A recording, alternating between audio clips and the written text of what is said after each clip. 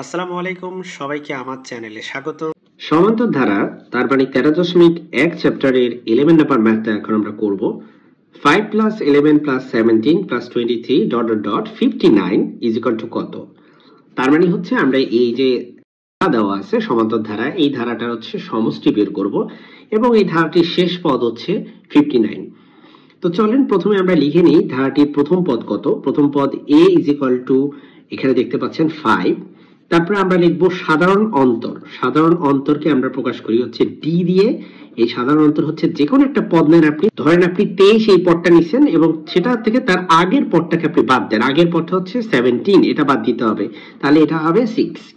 তার মানে সাধারণ অন্তর বের করার জন্য আপনি যে কোনো একটা পদ নেবেন, নিয়ে তার আগের পদ থেকে বাদ দিয়ে দিবেন। এখানে আমরা 23 একটা পদ নিয়েছি এবং তার আগের পদ হচ্ছে 17 থেকে বাদ দিয়ে দিয়েছি।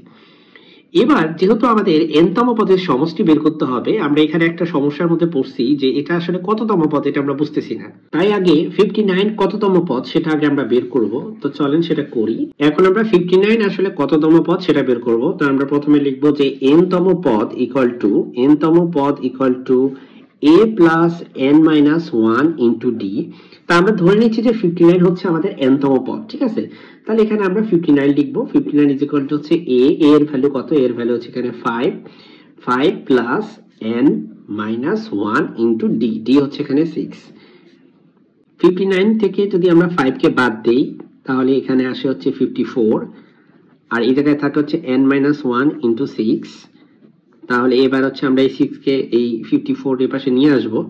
তো পরের লাইনে আমরা যেটা করব যে এই যে n মাইনাস 1 ইকুয়াল টু লিখবো 54 ডিভাইডেড বাই 6, ঠিক আছে? তাহলে 54 কে 6 দিয়ে ভাগ করলে কত হয়?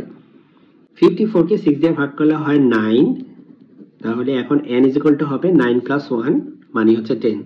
তার মানে এই যে আমাদের যে 59 দেওয়া আছে, এই 59 আসলে 10-তম পদ, তাই না? তার মানে আমরা এই প্রশ্নটাকে এভাবে ডিল করতে পারি যে প্রথম 10টি পদের সমষ্টি কত, কারণ এটা হচ্ছে 10তম পদ। আমরা জানি যে n পদের সমষ্টি হচ্ছে s of n is equal to n by 2 into 2a plus n minus 1 into d। এখানে n এর মান হচ্ছে এই যে আমরা বের করছি একটু আগে 10, তাই এখানে n এর মান হচ্ছে আমরা 10 বসাবো, 10 by 2। আর আমাদের 2 into a এর মান আমাদের জন্য ছিল হচ্ছে কত? a এর মান ছিল হচ্ছে 5 আর d এর মান হচ্ছে 6। তাহলে আমরা এখানে সেটা বসায় দিই যে a এর মান হচ্ছে এখানে 5 বসাবো আর d এর মান হচ্ছে কত বসাবো? d এর মান হচ্ছে 6 বসাবো। আর আমাদের n এর মান হচ্ছে 10, তাহলে এখানে হবে 10 minus 1, 10 minus 1। 10 by 2 মানে হচ্ছে 5 আর 5 times 2 is equal to 10. This is 9 into 6. 5, 10 plus 9 times 6 is 54.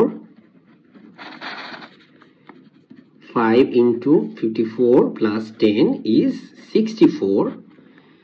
5 আর 4 এ গুণ করলে হয় 20, 20 এর 0, হাতে থাকে 2, 5 6 30 আর 2 এ হচ্ছে কত?